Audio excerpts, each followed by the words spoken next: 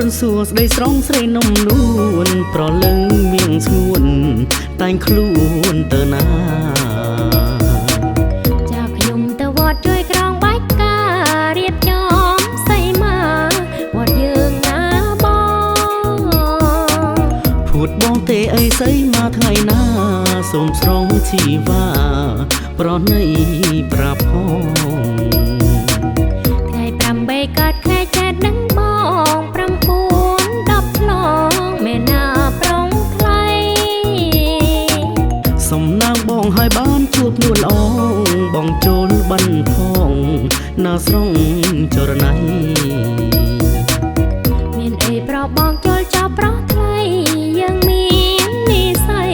សាងបនរួមគ្នាមិនហើយពីបើនេះស័យប្រេងព្រឹកវិញខ្សែជីវិតបងនឹងពុំងាសីមាបីថ្ងៃសំពន់វេធ្វើបន់រួមគ្នាសងស្នេហ៍សងសាន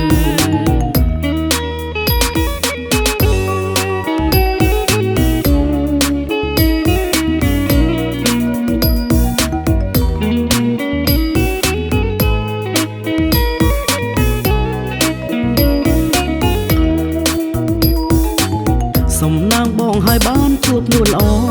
បងចូលបានផងណាស្រងចរណៃមានអីប្របងចូលចោលប្រោះថ្លៃយើងមាននិស័យសាងបនរួមគ្នា